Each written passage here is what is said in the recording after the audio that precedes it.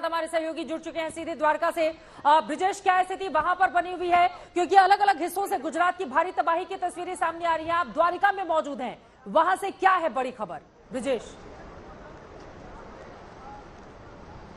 देखिए चित्रा, यहाँ पे जो है वो पूरी तरह से जो हवाएं हैं वो काफ़ी तेज़ी चल रही है। जो खड़े हो पाना यहाँ पे जो है मुश्किल हो रहा है, क्योंकि जो तेज़ हवाएं हैं वो बढ़ती जा रही है। जो पहले जो हवा की गति थी वो गति काफ़ी बढ़ रही है। यहाँ पे कुछ दृश्य में आपको दिखाना चाहूँगा किस तरह से ये पेड़ और ये बिजली के खंभे जो यहाँ पे झूमते दिखाई दे रहे हैं, ये दिखा रहा है कि ये जो गति है वो गति कितनी बढ़ती जा रही है और आगे भी बढ़ने वाली है, क्योंकि ये तूफान जो है वो गुजरात के करीब पहुंच चुका है और ये जो इतने नज़दीक है तो इसका जो असर होगा वो असर बेहद खतरनाक होगा।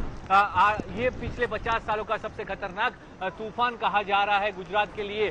तो इसकी विनाशकता कितनी होगी वो बयां कर पाना मुश्किल है, पर ये हवाएं इस बात की सूचना दे रही हैं कि जो आने वाले 2 घंटे हैं वो कतई जो है वो सामान्य नहीं रहेंगे और जो नुकसान होगा तो उसका अंदाजा लगा पाना भी जो है वो बिल्कुल मुश्किल होगा, क्योंकि ये हवाएं जो हैं वो बहुत तेजी से आगे बढ़ रही हैं। 70 से 80 किलोमीटर की जो स्पीड थी वो अब 100 किलोमीटर और 120 किलोमीटर तक पहुंचने वाली आने वाले 2 घंटों में। तो ये असर जो है वो यहाँ पे साफ तौर पे दिख रहा है और आने वाले जो 2 घंटे हैं वो उसमें ये जो स्पीड है वो स्पीड बढ़ती जाएगी। फिर से एक बार मैं कैमरामैन को कहूँगा कि आपको तस्वीरें दिखाएं। यहाँ पे जो बिजली के खंभे हैं जो जिस तरह से झूल रहे हैं, ये पेड़ हैं, ये हवाएं जो है वो दिखा रही है इसकी विनाशकता और ये आग ये जो है कितना नुकसान करेगी इसका जो अंदाज़ा है वो अंदाज़ा हम अभी नहीं लगा पाएंगे। पर आने वाले 2 घंटे में जब ये हीट कर जाएगा पूरी तरह से, उसके बाद कल सुबह तक पता चलेगा कि कितना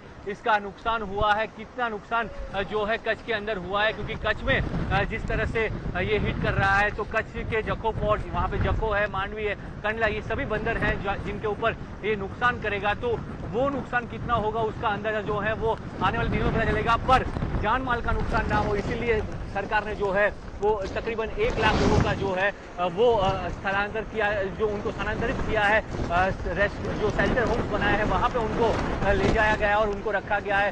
हालांकि जितने भी ये सारे जिले हैं द्वारका समेत, वहाँ पे जो है वो पावर सप्लाई बंद कर दी गई है ताकि कोई बड़ी अनहोनी ना हो। एहतियातन के तौर पर ये सारे कदम सरकार के द्वारा उठाए गए हैं और खुद जो है केंद्रीय गृह मंत्री और प्रधानमंत्री के द्वारा जो है पूरी स्थिति पे नजर बनाए रखे हैं।